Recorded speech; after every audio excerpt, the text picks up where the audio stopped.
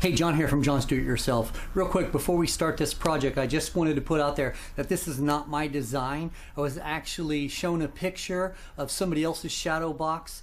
What had happened was the individual that built that shadow box built it before COVID, and then after COVID decided just to go ahead and retire and move away to New York. So they said, how can I get this box built? Somebody came to me and said, do you think you could pull this off? And I said, I'd give it a shot. So here is the final product. And of course, as soon as we get an opportunity, I'm going to show you here step by step how to make this box from scratch. So let's get cutting. Alright, to start off, this ship's wheel shadow box will be a 20-inch circle. So to start, I need 4 boards that are at least 24 inches and 6 inches wide. This will give me a perfect 24-inch square. If you have more than 4 boards, you can look through them all and find the ones with the most similar grain. From here we will simply glue the boards together. I use my Bohr 50-inch parallel clamp set. Now I have had 2 of these clamps for about 10 years now, and they always work flawlessly. So I want to give a shout out to a great tool when I can. And a link can be found in the description. I also use standard 3-inch C-clamps made by Husky. This will keep the boards from buckling up when I crank down from the sides. The first square is for the faceplate. Now we can begin cutting the wood for the lower frame portion. This portion will be made out of poplar. I chose poplar because when sanded smooth, it makes the paint look fantastic. And although this portion of the box will not really be seen, if someone looks at it, it will shine smooth. So, since my poplar boards are a little bit wider, I can cut 1 in half on the table saw and still get 24 inches. The only difference here is you will need 2 matching squares. The other reason we use poplar is it's way cheaper than hardwood, and we will need to double the wood for the underside. We are going to stack 2 squares on top of each other to get our height. I need to get a basic sanding before I put it under the CNC. I would have run this through a planer, but my planer will only go as wide as 13 inches. So a quick sanding with 60 grit and then we can move on. In order to program the CNC for a perfect cut, I wanted to draw out the faceplate to see how wide I would actually need the circle to be. I marked the center of the square and then I set my radius to 12 inches. This allowed me to use as much of the wood as possible. Then I just subtracted 3 inches and drew out the inner circle. I thought 3 inches would be enough space to engrave the name and the dates on the faceplate. This was actually my second time doing it. I did it once before I sanded and actually sanded away my lines. So that's why it looks like I know what I'm doing. For the bottom frame that will go under the faceplate, I quickly find the center by measuring the square and then I draw out my circle. This is the same process that I just used to get the faceplate. Now this is not the actual frame that will go under the faceplate though. This circle is the same size as my faceplate, but instead of wasting all that wood and gluing the 2 pieces completely together, I glued just the area of the wood that I would need to be bonded. Then when I decide how thin I want the frame, I can just cut it down to size and I can reclaim all my unused wood. Now I know what you're thinking. Using a CNC takes it out of the realm of a do-it-yourself. But don't worry, I am still going to show you how to do this without a CNC. I'm going to use a jig and I'm going to stay true to a do-it-yourself out of your garage shadow box, and the results here might just surprise you. You might not be able to tell the difference. Everyone likes my hacks, so check this one out. I like a clean garage and everything has its place, so I actually put all my C-clamps back in the original box, and in order to do this they all need to be closed. Instead of spinning this with your finger, which takes forever, I threw a 10mm socket on my drill and I zipped through these like butter. Bam! Now I don't have a messy drawer, and this makes it so easy to carry. I decided to make the frame of the box 1.5 inches. And you know I was asked to use a CNC for this project, so I will. But I will also keep this a true do-it-yourself and show you how to make the same box without a CNC. So after the CNC is done cutting, I will grab the scrap wood that's left over and break out my router jig and repeat this without a CNC. And like always, I never edit out my mistakes. So my router bit was not long enough to make it all the way through the second level of poplar, so I had to take a jigsaw and complete the job. Now it's easy just to cut away from the smooth edge, but now I had to do this on the interior and the exterior of the circle. It's no real setback, but it does mean that now I will have to run it through the router table with a trim bit to make sure the sides are smooth and even. So yes, I thought this would be easy to show you how to set up this jig and use it. But when I pulled out my jig, I was missing the most important piece. I know it's been a while since I've used this, but the pivot lock was missing. So real quick, I will improvise. I find a drill bit that is the exact circumference as the hole on the pivot, and I find a dowel that matches that as well. I know this is going to be ugly, but my quick fix is in the center, and after it's cut, it's going to be removed anyway. So I just drill a hole in the center after making it, then I cut the dowel down to size to fit under the pivot arm. I will place it in the hole. Then I can continue on with cutting out the faceplate. And as you can see, after I cut it, the dowel was a little too shaky for my likes, so I put a little tape around it to hold it really tight. Cross your fingers that this works. Okay, I can't stress this enough. If you are making your first cut, remember to cut the outside circle first. Here mine is already cut because I am using the inside of what was left over from the CNC cut. But if you're looking at a square right now, cut your outside circle first. If you cut your inner circle first, you will find out the hard way that you need to start over again. Simply cut 1/4 of an inch deep and drop your bit each pass. Eventually you will get through the wood. And just like that, I find the missing piece after I'm done. The good news is I can use it on the base of the frame. Okay, no real change here. You spin the router on the pivot point and you lower the bit on each pass.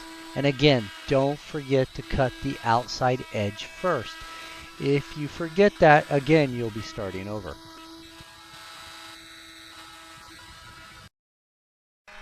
Okay, back to the original box.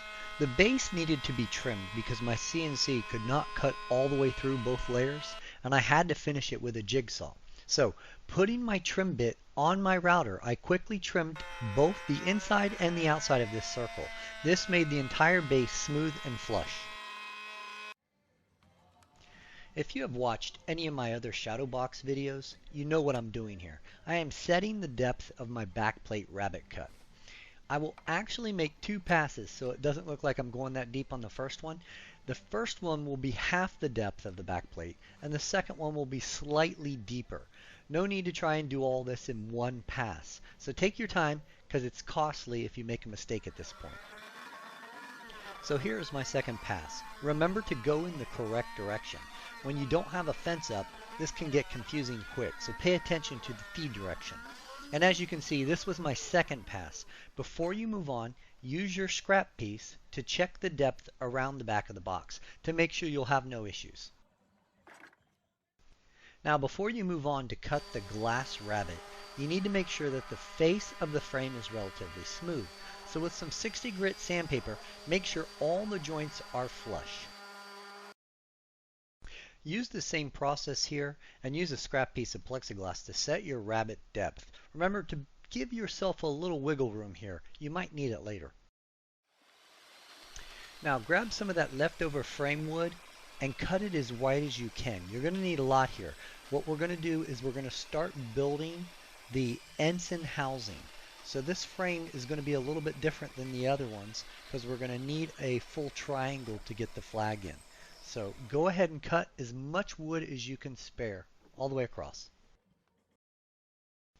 Next you want to measure the distance between the back plate rabbet and the glass rabbet. This will be the height of your ensign housing.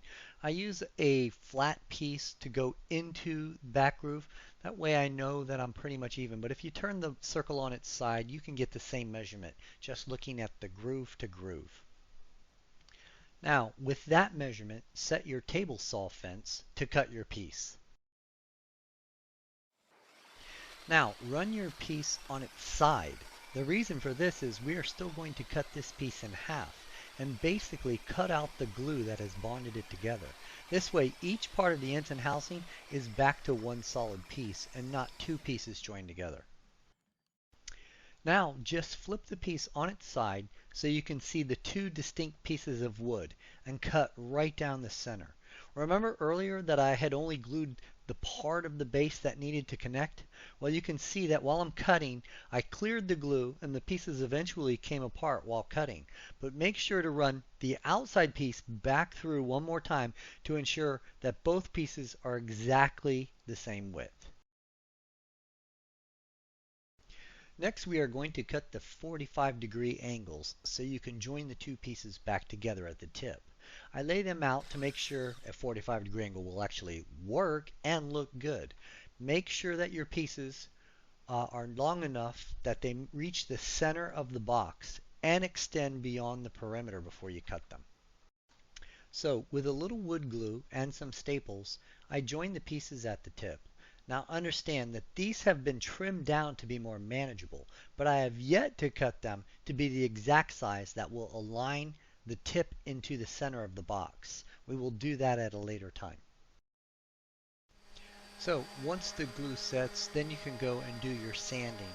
I'm going to go ahead and sand this in all three steps, starting with the 60, the 120, and then the 220. So raise the box frame up onto some scrap pieces. This will allow you to slide the ensign frame around to find the center of the circle. The interior was 20 inches, so I measure out each side showing 10 inches. This way, after I cut the arc, I can place the ensign housing anywhere in the circle and the results will always find the center of the circle. And make sure you use the curvature of the frame when making your marks. Now take your piece and cut slowly to match the arch that you just drew. I use an 1/8-inch blade here. This will allow me to make the slow curve that it needs to have. So now you can check your curves and that everything still aligns to the center of the box. If not, just make a few adjustments. So when you are finished with something, you always think, why didn't I just do it that way? And that would have been so much easier. Well, in this case, it hit me that I still had a second box when I thought this, and that it wasn't CNC made, so it would even be better. So I did it here. So let me show you an easier way to do this. Using the center of the cutout frame, I simply drew some lines around how wide I wanted the ensign frame to be. Then I clamped it to the miter saw and I cut it out. The table saw would have worked here too. Just remember that the table saw cuts deep under, so it's harder to know when to stop. That's why I used the miter saw. I could cut right up to the top line and stop. And then just grab a jigsaw and finish out your lines. Then you will have a perfect angle that is already joined. There will be no gap that you have to join together when cutting this.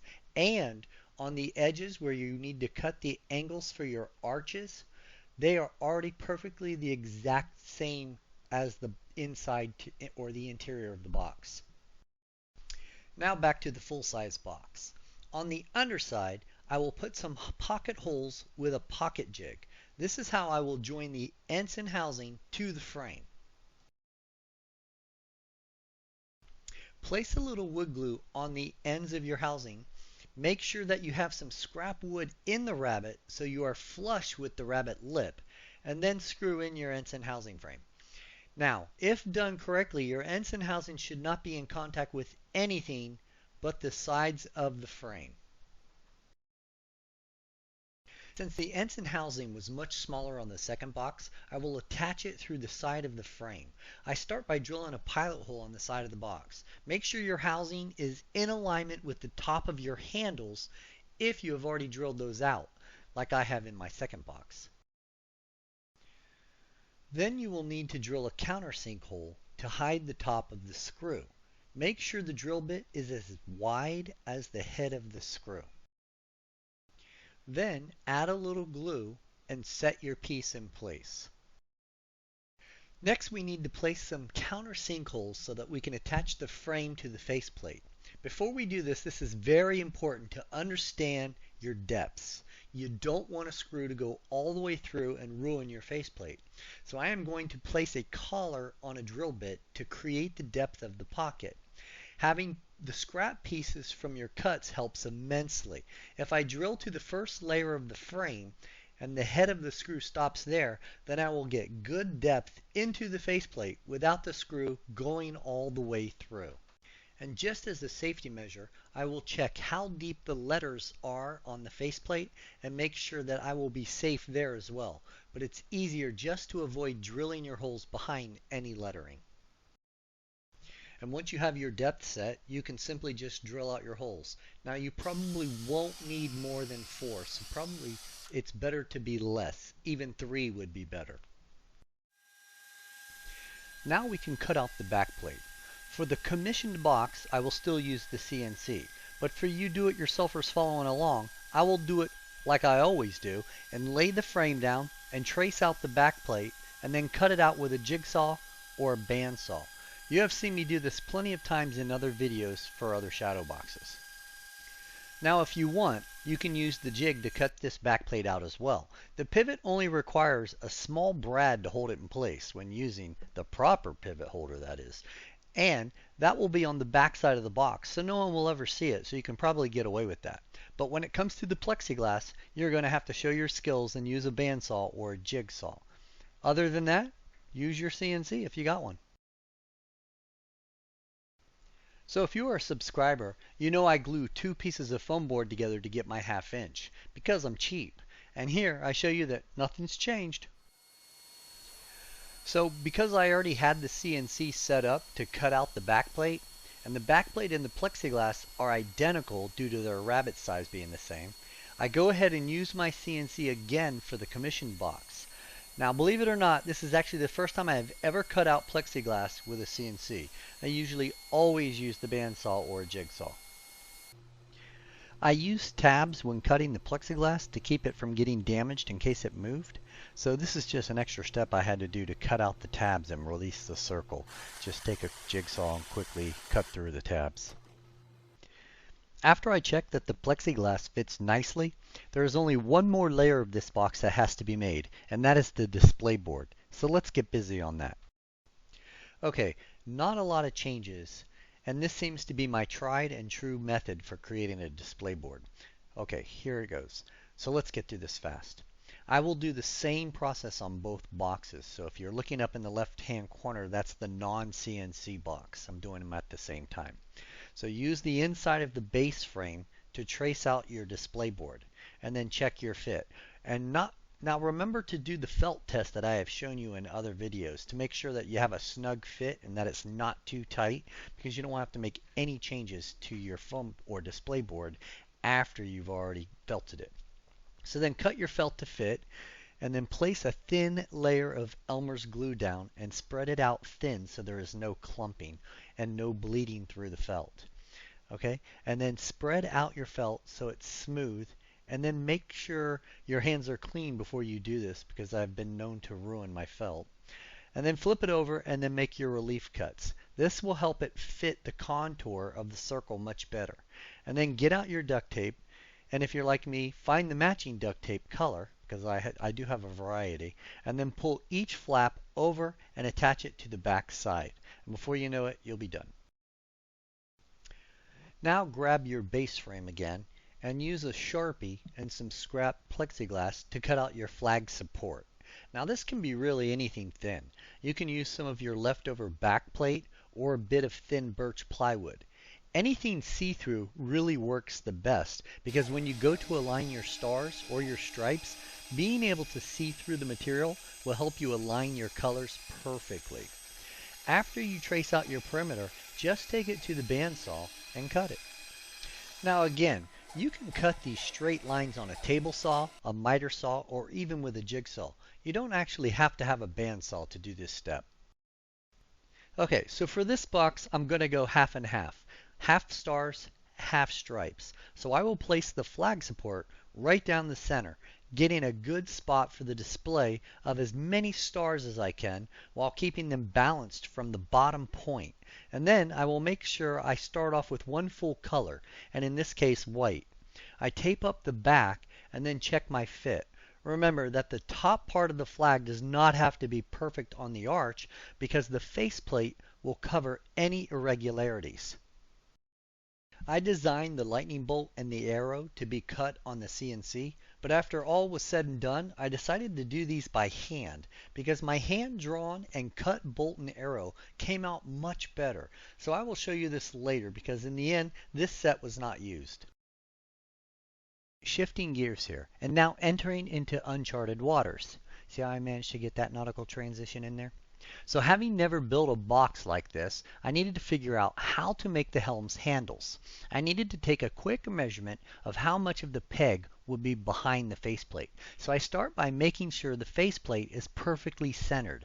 If your measurements are the same as mine, you should have a 1/2 inch all the way around the helm. So with the Mark I eyeball, I think 4 inches showing will look good. So I need a 1/2 inch that will be behind the faceplate and another 1/2 inch that will go into the helm to secure it. So each handle needs to be about 5 inches. Yes, I make this up as I go along. But hopefully this will look right. For the non-CNC cut wheel, and since I don't expect a do-it-yourselfer to have a lathe, I will just buy a set of coffee mug holders online and attach those. This way, I have not lost anyone who wants to attempt to build this project. If you want to know which ones I bought for the non-CNC wheel, then check out the description of this video. For the wheel's handles, I draw 2 lines at 5 inches apart, and then I sketch out the handle between the lines.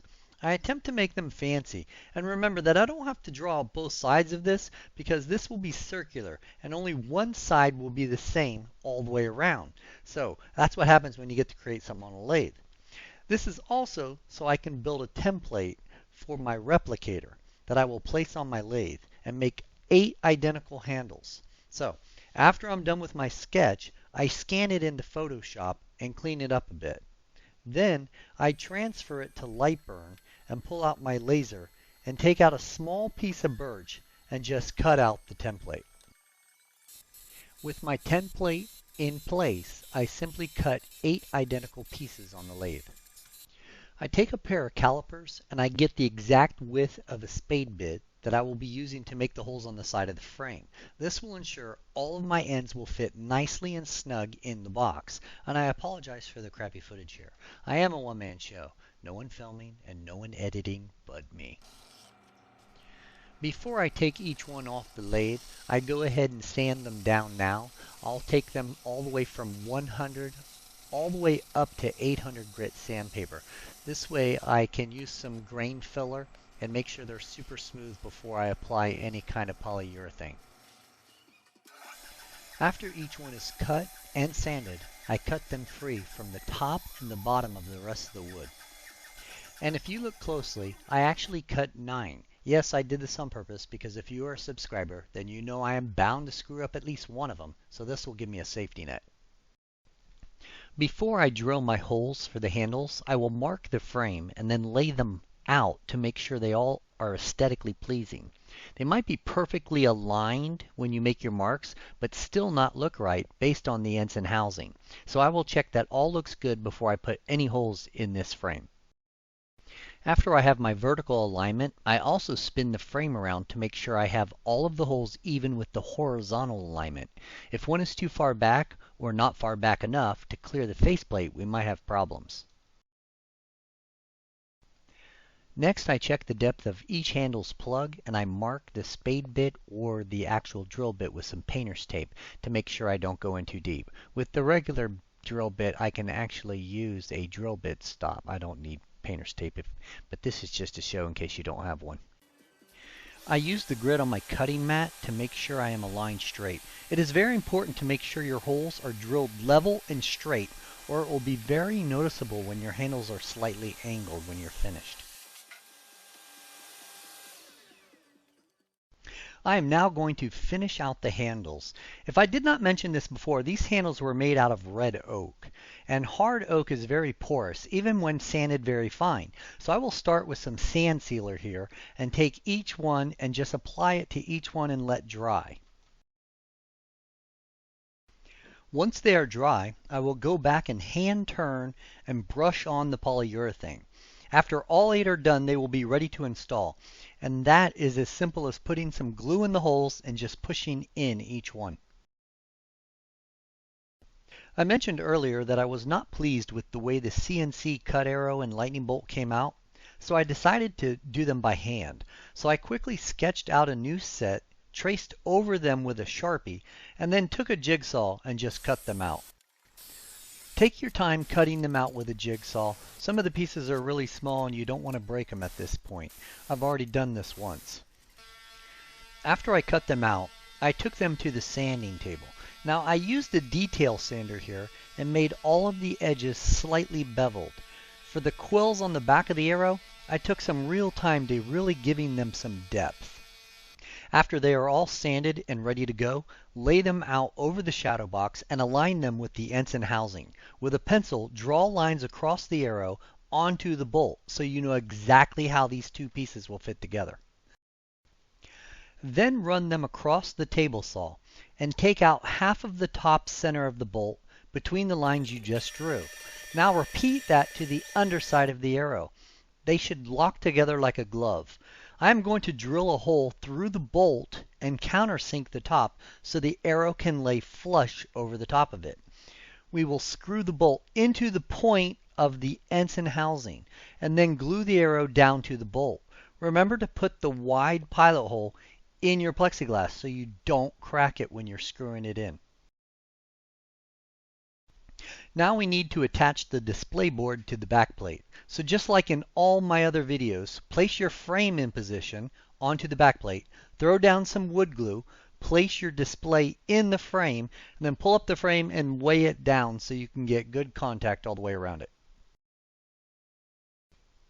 I know this next step is complete overkill, but I just thought it would take this box one step further. Instead of just staining the letters on the faceplate a little darker, I thought I would go the route of epoxy. This was a huge gamble for me as I have not played with epoxy that much. My first attempt with epoxy was with my toolbox and it came out fantastic. So I thought if I could get anything close to that, the lettering on this box would look fantastic as well. So I mixed up some black epoxy and with a baby medicine dropper, I filled in all the letters. Then, after allowing it 24 hours to harden, I just started sanding. Maybe one day I will do the complete video on this sanding technique. To get the shine on the epoxy, I used some Wizard's Shine Master polish and sealant. This stuff works great on cars, but even better with epoxy. My very last step on the faceplate is to apply some teak oil to bring out the natural beauty of that mahogany. This stuff makes it look great. The last thing we need to do before we put this box together is just paint the frame. I used a Rust-Oleum black gloss enamel, and like I said earlier, when you get a really good sanding on poplar, the paint job comes out great. So I spent a little extra time when sanding this wood, and I think I finished it off with a 400 grit sandpaper. So it should shine when I am complete. I know this video is running long, and I do try to keep all my videos under 30 minutes, but I also want to give you enough detail to show that you can do this too. My last problem that I ran into was with my paint in the holes. My handles did not fit so well after I painted, so I took a Dremel bit with a sanding wheel and I wore away some of the paint. Rolled sandpaper will work here just as well. Then glue up your handle and plug it in. The rest of the box is just screwing on the faceplate from the back holes we drilled earlier, and then you're all complete. I have to say, once complete, this is a very rewarding box to make. I like to step back and think, wow, I made that, and out of my garage to boot. So tell me, what do you think of the final product? For the non-CNC cut box, the one we did by hand, I cut some letters out with vinyl, and I applied them to the front to see how that would come out. I'm not sure I like it with the letters, so let me know in the comments below if I should leave the vinyl on or peel it back off to show the beauty of that wood. As always, thanks for watching, and don't forget to hit that subscribe button and hit that bell for new notifications.